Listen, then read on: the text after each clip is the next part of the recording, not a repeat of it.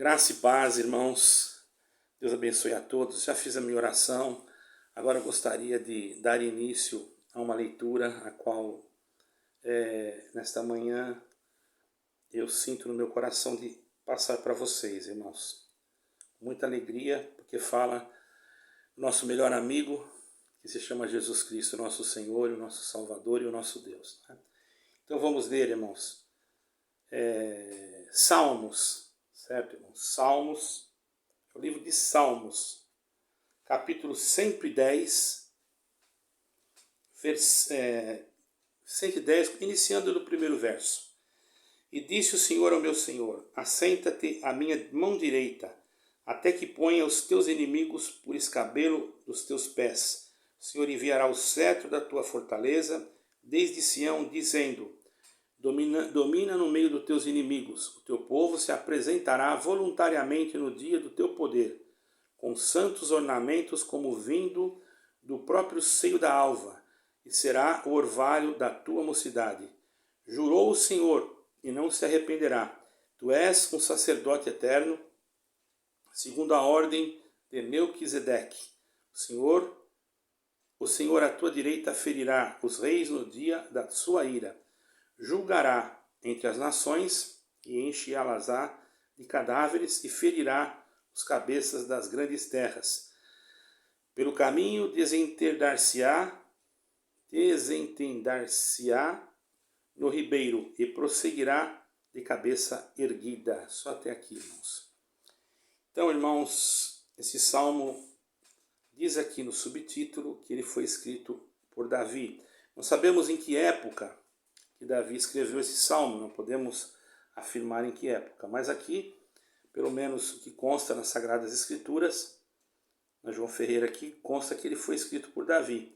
E tem todas as características, mesmo na própria leitura, na formação do texto, contexto, que realmente dá para nós percebermos que só por ler o salmo a gente já consegue entender que realmente foi Davi que escreveu esse salmo, certo, irmãos? Porém, aqui Davi, irmãos, ele fazia menção, dizia: dize ao Senhor, ao meu Senhor. E existia uma certa polêmica a respeito disso entre os fariseus, porque muitas das vezes, quando o Senhor Jesus caminhava no meio das ruas de Jerusalém, ele era aclamado como: Jesus, ó filho de Davi, tem misericórdia de mim. Jesus, filho de Davi, compadece de mim. Então, muitos daqueles homens começaram a não compreender: como Jesus, filho de Davi? Será que realmente ele é filho de Davi? Então eles estavam reunidos. Vocês podem encontrar isso em Mateus capítulo 41, ou melhor, capítulo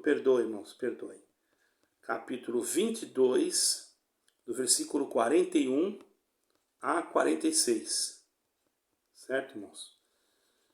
Vamos de novo repetindo. Mateus, vamos lá no Mateus, para a gente ver direitinho, irmãos, para não falar o versículo errado aqui. Capítulo 22, é isso mesmo, capítulo 22 de Mateus, na minha Bíblia aqui, que é a João Ferreira, certo, irmão? Nas outras também deve ser o mesmo capítulo, tá? Capítulo 22, versículo 41. Vocês podem ler até o versículo 46, vão acompanhar. Está escrito assim: estando reunidos os fariseus, interrogou-os a Jesus, dizendo: que pensais vós do Cristo? E de quem é filho ele? O Senhor interrogou eles, né? Porque o Senhor estava vendo, irmãos, que muitos estavam clamando nas ruas da cidade: Jesus, filho de Davi. Então o Senhor tinha que dar um esclarecimento bem claro para eles, não é? E eles então, dizendo isso, o Senhor disse para eles: que pensais do Cristo e de quem é filho? E eles disseram: de Davi. Eles não tinham entendimento nessa parte, né? Não tinham conhecimento. E o Senhor disse para eles, como é, no versículo 43, diz-lhe ele: como é então que Davi em espírito lhe chama Senhor, dizendo: e disse o Senhor ao meu Senhor, e disse o Senhor ao meu Senhor. Disse o Senhor ao meu Senhor. E Davi saiu fora ali, ele falou: disse o Senhor ao meu Senhor. Certo, irmãos? Vocês estão entendendo bem? assenta-te à minha direita, até que eu ponha os teus inimigos por escabelo dos teus pés. Escabelo era um banquinho pequeno, irmãos, que se colocava. Eu cheguei a conhecer o escabelo, irmão. Era um banquinho, ainda no Brasil eu conheci escabelo, aqui nunca vi, mas no Brasil já vi. As pessoas colocavam ali para descansar as pernas, sentavam e colocavam os pés em cima daquele banquinho pequenininho para que as pernas ficassem mais retas, circulação e etc, né, irmãos? Até que põe os teus inimigos por escabelo dos teus pés. Se Davi, pois, lhe chama Senhor, como é seu filho? O Senhor Jesus perguntou para eles. E ninguém podia responder-lhe uma palavra, nem desde aquele dia ousou mais alguém interrogá-lo a respeito disso. Por quê? Não tinha como explicar. Porque eles não entendiam, ainda não estava no momento. Tudo tem um momento de compreensão, de entendimento, irmãos, porque nós não sabemos tudo. Por mais que você estude, por mais que você se dedique, por mais que você se ache, pior coisa que tem, não faça isso. Um conselho que eu vou dar, nunca ache que você é mestre em si mesmo, mas sempre se humilhe, aponte sempre para Jesus Cristo, é o que eu digo, que eu ensino. Porque, irmãos, a pessoa pode até falar que não aponte só para Jesus Cristo, mas pelas atitudes, pelos gestos, a gente percebe que a pessoa às vezes gosta de se aparecer, gosta de mostrar que sabe mais, e isso não é bom. Mesmo que nós tenhamos uma carga espiritual de conhecimento que Deus nos dá, como uma bateria de um carro, vamos dizer assim, recebe uma força, que nem todo carro tem, nem todo veículo tem a mesma bateria, não é?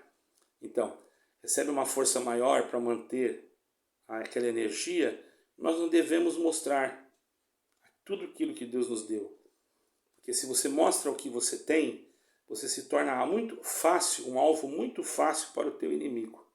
Pior coisa que você tem, nós temos exemplos bíblicos de reis que mostraram para os seus inimigos no momento de paz aquilo que tinha, e depois aquele rei, aquelas pessoas que foram no reinado voltaram, contaram tudo que tinha no palácio, e depois aquele palácio foi atacado, porque os seus homens que haviam visitado já sabiam até as fragilidades. Não mostre tudo que você tem, porque senão você vai expor as suas fragilidades. Embora o Senhor Jesus não tinha nenhuma fragilidade, porém nós temos fragilidades. Nós somos miseráveis, nós não temos condições alguma de poder interpretar tudo, porque não é tudo revelado para nós através da Escritura, e existem coisas que nós estudamos e que muitas das vezes, se nós não tomarmos cuidado, nós podemos nos deslizar para outro lugar. Por isso existem muitas linhas de pensamento, e nós não devemos criticá-las, porém devemos observá-las. Se está fora de Cristo, nós saímos fora, a não ser que for necessário para nós livrar alguma alma. Porque se nós não fizermos também, nós sabemos que não pode fazer, nós sabemos que está fora da Escritura, e não falarmos nada, sendo omissos, nós fazemos parte também daquele erro. Então, eu quero dizer no sentido de, você não sentiu a alegria de falar aquilo, não chegou o momento, porque para tudo tem um momento, irmãos. Tudo tem um momento certo. E o momento certo é o momento que Deus nos dá a preparação para nós abrirmos a nossa boca. Você veja que quando o Senhor Jesus Cristo foi crucificado, batiam nele e ele não falava nada. Está escrito que, como ovelha muda, foi levado ao matadouro. Ele poderia falar muitas coisas ali, mas ali era o momento de ele estar bem centrado naquilo que ele tinha que fazer, certo, irmãos? Então observamos que aqui, irmãos, os fariseus, né, que começaram a questionar o Senhor, ou melhor, que o Senhor questionou eles, eles perceberam que não tinha mais o que questionar. O Senhor já colocou claro para eles. Como é que ele vai dizer? E disse o Senhor ao meu Senhor. Ali você observa que Davi disse, disse o Senhor ao meu Senhor. Está bem claro, disse o Senhor ao meu Senhor. Ora, se ele disse ao Senhor, ao seu Senhor, estava falando de quem, irmão? Estava falando do Senhor Jesus Cristo. Então esse salmo aqui aponta diretamente para Cristo. E ainda fala mais. O Senhor enviará o cetro da tua fortaleza desde Sião. Quer dizer, o Senhor e dizendo, domina no meio dos teus inimigos. Bom, irmãos, muitos de nós éramos inimigos do Senhor, éramos inimigos da cruz. Podemos interpretar isso de muitas formas, porque não tínhamos o conhecimento de Deus. E muitos daquele tempo também criam em outras coisas. Principalmente, irmãos, só para os irmãos terem uma ideia, em Babilônia tinha mais ou menos 3.600 deuses que eles adoravam. Não já pensou? Na Grécia, em outros lugares, eram muitos deuses. E precisava que alguém fosse até lá para levar o verdadeiro evangelho, apontar, irmãos, este cetro, para que esses espíritos que estavam lá, esses inimigos de Deus, que tomavam a mente das pessoas, fossem apacentados voluntariamente. A palavra de Deus, quando ela chega no coração de uma pessoa, que ela entra dentro do coração, a pessoa tem que recebê-la não forçadamente, mas voluntariamente. É a mesma coisa o crer em Jesus Cristo. Se eu creio em Jesus Cristo, eu tenho que crer voluntariamente, eu não posso ser forçado, porque senão não tem valor a minha crença. É igual ao batismo. Tem pessoas que se batizam em alguma denominação, até a fórmula do batismo não está errada. Às vezes a denominação está totalmente fora dos requisitos doutrinários. Mas a pessoa batiza não por crer em Jesus Cristo, mas por ter medo, ou até mesmo é aterrorizada. Eu conheço uma denominação que as pessoas batizam muitas das vezes por medo. Então esse batismo praticamente não teve valor. Quando nós batizamos, nós temos que crer que nós estamos fazendo um ato de confissão de fé diante da igreja física. Por quê? Porque se nós já cremos em Jesus Cristo, já recebemos no nosso coração Jesus Cristo como nosso Salvador, nós já fazemos parte da igreja espiritual, irmãos. Agora, por que tem muitas pessoas que estão saindo de denominações, estão se batizando de novo? Porque eles estão... Não é um só batismo, mas por quê? Porque eles não se batizaram, eles apenas tomaram um banho, eles se atemorizaram, ficaram com medo. E nós não temos que ter medo, nós temos que ser voluntários. Eu, por exemplo, irmãos, quando eu criei no Evangelho, eu não criei por causa de placa denominacional. Eu não criei por causa que falaram para mim que eu iria para o inferno se eu não batizasse. Eu não criei nada, isso aí é tudo uma forma de sedução. Isso Deus não se agrada. Nós temos que crer em Jesus Cristo por amá-lo, por voluntariedade. Que esse cetro seja apontado para nós como um cetro de misericórdia, não como um cetro de condenação, ou um cetro de... Porque sabe que no passado existiam os reis que tinham um cetro. Nós pegarmos lá no livro de Esther, né, nós vamos observar, irmãos, Esther era uma mulher que ela era judia, e o povo judeu, nós já vamos voltar aqui, não estamos fora do que está escrito, estamos pregando dentro de uma linhagem cristocêntrica, certo, irmãos? Esther, sendo uma mulher judia, sabemos, quem conhece a história, quem não conhece deve ler a Bíblia no livro de Esther, que o rei Assuero convidou Vasti para um banquete e ela não foi. Então os conselheiros do rei acharam que não poderia ser assim, que ela tinha que ser punida, porque senão todas as mulheres começariam a desobedecer os seus esposos. Isso lá atrás, na história, irmão. E o que aconteceu? O que ocorre, irmão? Ocorre que o rei Assuero, então tirou a Vasti de ser rainha e mandou que os seus servos fossem nas províncias e publicassem, que eram para pegar donzelas e levarem até a presença do rei, que ele ia, dentre aquelas moças virgens, escolher uma das filhas, uma das jovens, para ser a sua esposa e ser rainha no lugar de Vasti, ou Vasti, não é? Sabemos que isso era costume, todavia, na época, de ser feito assim. E Esther, cujo nome na realidade era Hadassah, certo, irmãos? A palavra Esther veio porque ela era tão bonita e parecia uma estrela, então por isso colocaram o nome dela de Esther. Ela foi trocado o nome de Esther, mas o nome original dela é Hadassah, certo, irmãos? E o que acontece, irmãos? Esther, ela foi escolhida pelo rei. Eu não vou entrar nesse detalhe porque eu não estou pregando aqui. Ela foi escolhida pelo rei Assuero, ficou rainha, enfim. Mas existia um homem ali naquele reino, que era um homem do mal, que desejaria ver a morte e destruição do povo de Esther, que era o povo judeu. E ele aprontou de todas as formas, até que um dia Esther falou com o rei.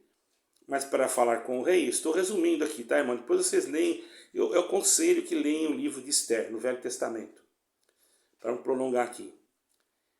Eu estou falando isso para chegar aqui, irmão, no cetro, no Salmo 110. Não estou saindo fora, eu estou apenas tomando uma curva para mostrar para vocês que tudo aponta para Cristo. Tudo. Então o que acontece, irmão? A palavra de Deus, mas não tem curva. Irmão, a palavra de Deus é reta. Mas para nós, às vezes, parece que nós estamos entrando em curvas, e não é. É o caminho de Deus. Por isso que está escrito em Abacuque que o Senhor tem o seu caminho na tormenta. Todavia, irmãos, o que aconteceu? Esther, ela teve que se apresentar diante do rei num momento que não era para se apresentar, porque ela queria fazer um pedido em favor do seu povo. Eu não vou detalhar, porque isso é necessário mais tempo. Eu gostaria que os irmãos lessem o livro de Esther, para vocês entenderem melhor. Depois eu posso fazer um vídeo explicando sobre a vida de Esther. Conclusão, se o rei não apontasse o cetro para ela, ela poderia ser morta, porque ela estava entrando num horário que não era lícito, tinha um horário certo para se apresentar diante do rei. E ela se arrumou, se colocou seus apetrechos e se apresentou diante do rei. E quando ela se apresentou diante do rei, o rei olhou para ela e viu uma beleza extraordinária, irmão, uma coisa que não poderia ser da terra, e apontou para ela o cetro da misericórdia. Então, quis dizer, o Senhor permitiu que ele ia atender ela.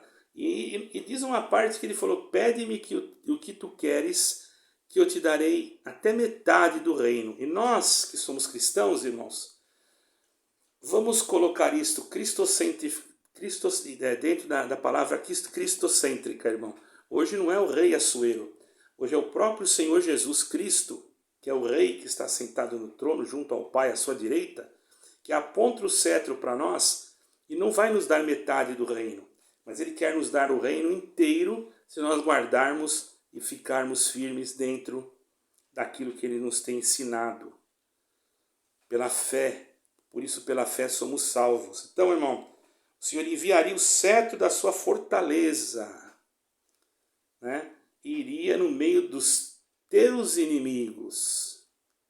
Está dizendo aqui, ó, o Senhor enviará o cetro da tua fortaleza desde Sião, dizendo, domina no meio dos teus inimigos. Irmão, para quem conhece, sabe, irmãos, da história, do que aconteceu dentro de Jerusalém, da Sião celestial que nós estamos aguardando, irmão, da onde está e aonde estava e aonde está Deus. E significa o quê? Significa que o Senhor ia mandar do céu algo sublime, puro, verdadeiro, que iria vir à terra com este cetro para vencer os nossos inimigos. E qual foi o primeiro inimigo que ele venceu, irmão? Ele venceu o pecado, venceu a morte e venceu o inferno. Eu não vou numerar aqui qual foi o primeiro, falei qual foi o primeiro, mas eu posso dizer que o primeiro já foi o inimigo das nossas almas, porque quando ele nasceu já foi uma derrota para Satanás, porque Deus havia falado lá no princípio que do ventre da virgem haveria de nascer o varão que esmagaria a cabeça da serpente. Então, sendo assim, quando nasceu Jesus Cristo, já estava sendo dada uma vitória. Então Davi aqui já estava profetizando de um reino sacerdotal, de uma conquista messiânica. Porque até então, os reinos que vinham, eles tinham seus sacerdotes, mas eram homens que muitas das vezes se corrompiam, se vendiam, faziam coisas que não agradavam a Deus, a ponto até mesmo, irmãos, de profanarem o templo do Senhor com idolatrias, né? Lá em Jeremias, Ezequiel. Eu não posso aqui fazer um sermão prolongado, irmãos, estou apenas simplificando para você entender. Mas este sacerdote, que veio segundo a ordem de Melquisedeque, aquele a quem Abraão deu dízimos, também não dá para mim entrar muito aqui, senão daqui a pouco meus vídeos têm ficado muito longos.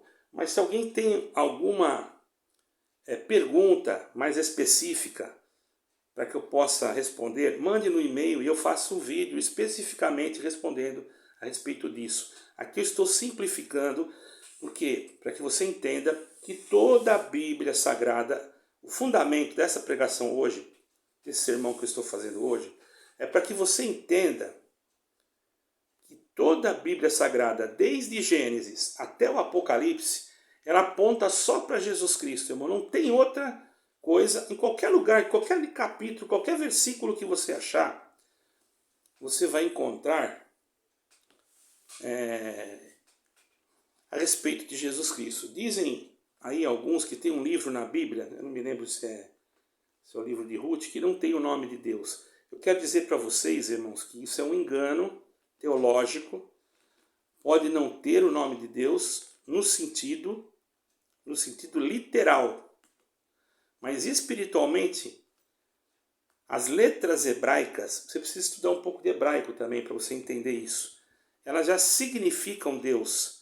A nossa vida, eu prego o evangelho, mas eu quero explicar para vocês que as letras hebraicas, todas elas, quer dizer alguma coisa sobre Deus. Por exemplo, o Aleph é a primeira letra hebraica, e o Tav é a última. Seria o alfa e o ômega. No hebraico seria o Aleph e o Tav. Então, o que é o Aleph? É Deus. Mas o Aleph, que significa dentro da literatura hebraica? Para que serve o Aleph? Ele é uma letra que ele significa um número. Está entendendo? Ele quer dizer o número 1. Quem é o 1 na nossa vida? Quem é o único? Por isso que eles falam Adonai Ehad. Quer dizer, Adonai é um. Ehad, Adonai. Um é Adonai. Estou falando em hebraico, mas estou pregando o Evangelho de Cristo. Certo, irmão? Não sei se nem se pronuncia direito, faz tempo que eu não leio isso aí. Quer dizer, Deus é um. Um é Deus. Um é o Senhor. O Senhor é um. Então, tudo que fala na palavra, na Bíblia, fala de um, que é Cristo. Porque Cristo é o Senhor e o Senhor é Cristo. O Senhor Jesus não disse, eu estou no Pai e o Pai não está em mim? Então nós temos que entender que existe sim uma trindade, porém ele é um Deus que é um Deus. Dentro dessa junção, ele é um Deus só, não tem dois deuses. Não tem o Deus Pai e outro Deus Filho e outro Deus Espírito Santo. Não, é um só Deus. Nós não somos politeístas, nós somos monoteístas, nós acreditamos em um só Deus, em um só Senhor, em uma só fé, em um só batismo. Porém, o batismo tem que ser feito de acordo às normas bíblicas. E mesmo sendo feito nas águas por imersão, irmãos, nós temos que entender que ele tem que estar de acordo à nossa fé e as palavras têm que estar de acordo também aquilo que está dentro da Bíblia Sagrada. Porque eu crio em Jesus Cristo, eu não crio na igreja, ou não crio no pastor que me batizou, ou eu não crio naquele. Eu crio na igreja e nas palavras. Agora, logicamente, se uma pessoa vem de uma denominação que não usa as mesmas palavras, que não tem fé em Jesus Cristo, que não crê, coloca Jesus Cristo como a última pessoa, aí então esse batismo não teve valor, porque o valor ele está na pessoa de Jesus Cristo. Por isso o batismo não salva. Não adianta você batizar 10 vezes, achando que você vai salvar só porque você batizou 10 vezes, com as mesmas palavras, com as mesmas normas batismais. Você está colocando o teu batismo acima de Cristo. E Cristo é que salva. Por isso ele disse, aquele que crê e for batizado. Então aqui no reino do Messias, eu não estou saindo fora, presta atenção. Parece que eu estou saindo, mas você vai entender o que eu quero chegar. No reino do Messias, com esse cetro, ele veio para vencer quem? Os inimigos. Primeiro inimigo, pecado, morte, inferno. Ele venceu, certo, irmãos? Ele venceu. E trouxe um povo na sua crença, ou melhor, um povo que creu no seu poder, na sua virtude, na sua glória, nas suas palavras. Por isso o Senhor Jesus Cristo disse, aquele que crê nas minhas palavras, tem que crer. Ele não disse para Filipe, né? Onde que está escrito? Vamos ver, irmão. Crede em mim, crede ao menos nas palavras a qual eu tenho falado. Eu vou procurar aqui para mim não demorar muito. Certo, irmãos? Porque às vezes a gente fica procurando e demora, e aí depois o vídeo fica muito longo, e eu já percebi que muitos nem vêm. Então ele disse, crê, não é? Eu vou colocar aqui para ser bem rápido. Crê em mim. Crede ao menos, não é? Nas palavras. Acho que já dá. Vamos ver. Presta atenção. Presta bem atenção. João 10, 38. Olha o que o Senhor Jesus falou. João 10, 38. Vamos direto na Bíblia já, irmão. Aqui é só Bíblia, tá, irmão? Eu não marquei nada, que hoje foi uma coisa assim, repentinamente, por isso às vezes demora um pouco. Eu deveria fazer um esboço, ficaria mais rápido e não demoraria tanto, não ficaria tanto demorado. Mas João 10, versículo 38, se você tiver a sua Bíblia, você pode ver aí, você vai ver que nós temos que crer no Senhor Jesus. Tudo aponta para o Senhor Jesus, irmão, tudo. Mas o que tem isso a ver com o Salmo? Você já vai entender, eu vou voltar lá, irmão. Aqui nós não saímos fora do que está escrito. Isso aqui são apenas alguns adendos para que você possa entender o que é a Bíblia Sagrada e por que nós cremos nela como a infalível palavra de Deus. João 10, versículo 38, diz assim, ó. Bom, vamos ler mais um pouquinho para cima. 37. Se não faço as obras do meu Pai, não me acrediteis. Mas se faço e não credes em mim, crede nas obras, para que conheçais e acrediteis que o Pai está em mim e eu nele. Então, aqui quer dizer, irmão, nesse versículo, Salmo 110, que nós acabamos de falar aqui agora, irmãos, que tudo representa nas Escrituras Sagradas o Senhor Jesus Cristo. Então aquele Senhor que Davi viu assentado, que disse ao seu Senhor, então quer dizer, ele quis dizer assim, ó, Davi, eu não sou filho de Davi, porque senão ele não ia me chamar de Senhor, e não ia dizer que tinha um Senhor sentado no trono que dizia ao seu Senhor. Olha aí, irmão. Então ele não era filho de Davi. E tem muita gente que mistura as coisas, irmão. Acha que Deus, que Jesus Cristo é filho disso, ou é filho daquela pessoa. Não. O qual nós sabemos, Jesus Cristo foi gerado por Maria, mas não quer dizer que ele deve alguma coisa a Maria. Não. Ela sim, ela foi agraciada porque ela foi escolhida por Deus. Não vou dizer que ela não seja uma mulher de Deus, uma santa de Deus, jamais vou desprezá-la, porque uma pessoa ser escolhida de Deus para gerar no seu ventre, pelo Espírito Santo, irmão, tem que ser bem-aventurada, não é? Mas eu não devo a ela a salvação, eu devo a Cristo, como ela também deve a Cristo. Mas respeitar, nós temos que respeitar, por isso temos que ter cuidado ao falarmos com as pessoas, principalmente aqueles que ainda não compreenderam. Então está dizendo aqui, ele venceu, não é? Então vamos lá naquele versículo que eu acabei de falar. Tem que crer que ele faz as obras, porque ele é o verdadeiro homem e o verdadeiro Deus. E se ele faz as obras, se ele opera os milagres, as obras de Deus na nossa vida, se ele tem uma promessa na nossa vida, porque muita gente pensa, interpreta esse negócio de promessa como manifestação de linguagens, como ele me prometeu uma casa, ele me prometeu um carro. Isso é evangelho da prosperidade. A promessa que ele fez para nós, irmão, foi esta: sede-me fiel até a morte e dar-te-ei a coroa da vida. Então nós temos que ser fiéis. Fiéis no sentido, qual sentido, irmão? Como é que um homem pode ser fiel? Em todos os sentidos nós não conseguimos a fidelidade, mas através de Cristo, ele pode nos fazer fiel. Ele pode nos purificar, nem que seja na última hora. Mas como nós conseguimos isso? Através da nossa humildade, da nossa oração, da nossa submissão. Por isso que sempre temos que pedir perdão, porque somos miseráveis. Então está dizendo aqui, o salmista disse claro: e jurou o Senhor, ou melhor, vamos voltar lá em cima, que eu acho que eu não falei essa parte, né? Então, seu povo, o teu povo apresentará voluntariamente no dia do teu poder.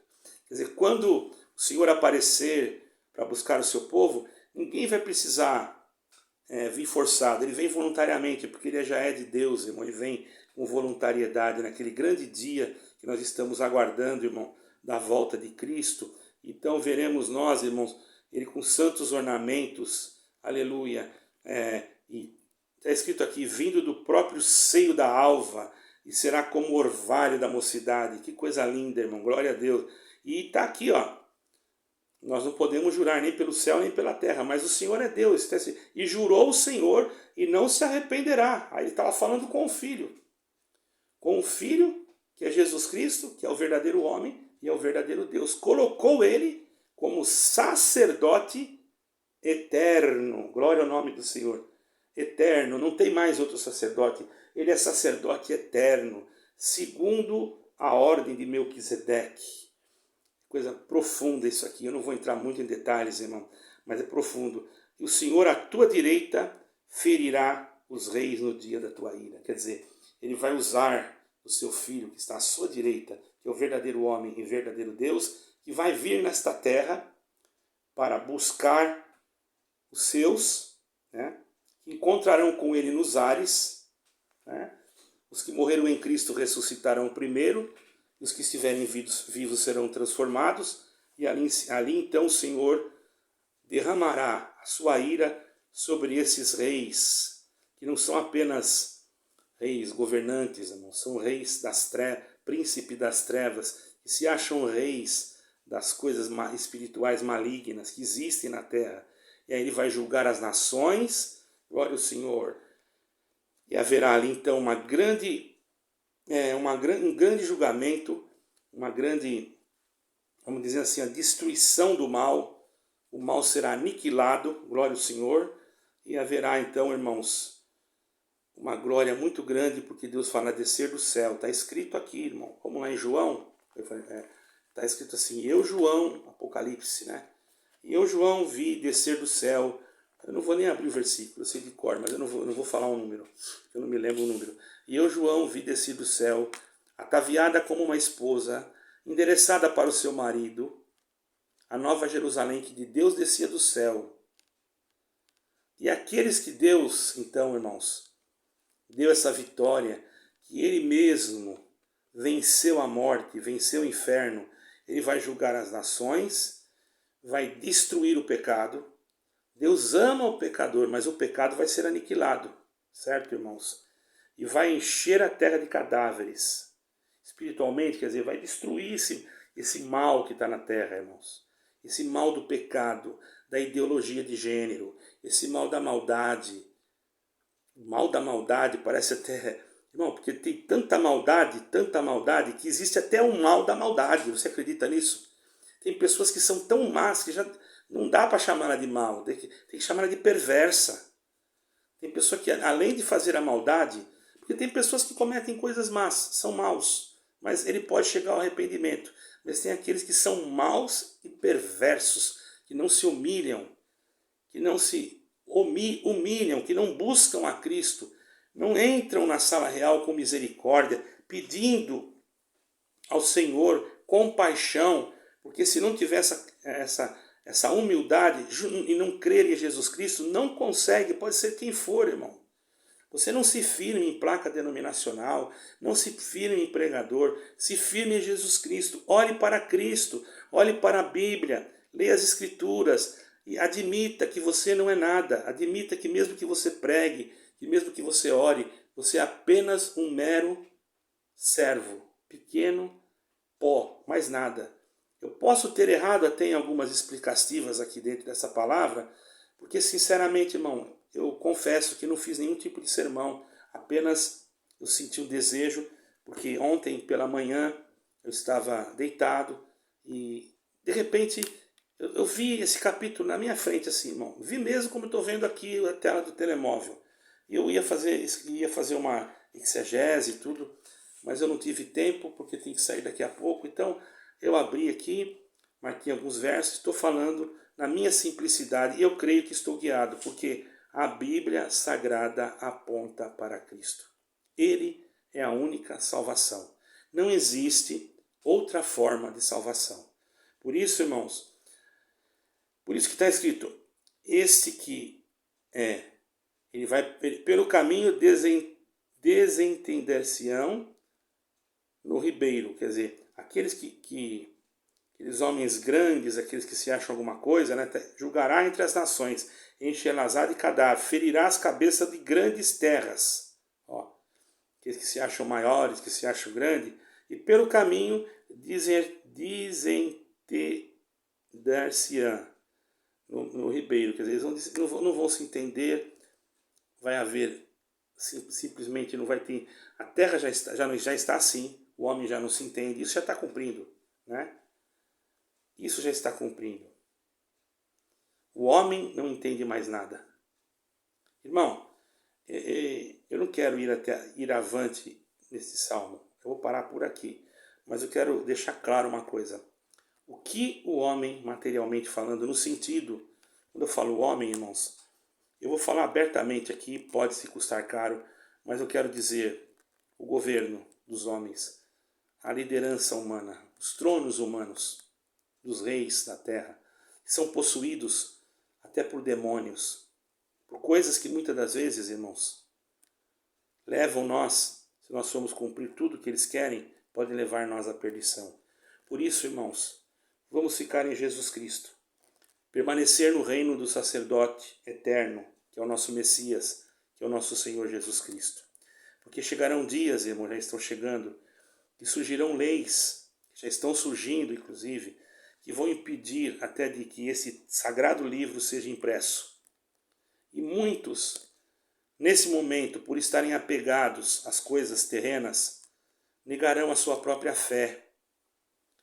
Por isso é o tempo, esse tempo, para mim, vou falar agora da minha pessoa, dá a impressão que nós estamos sendo treinados. Que a grande tribulação, nós já estamos vivendo um pouquinho da tribulação.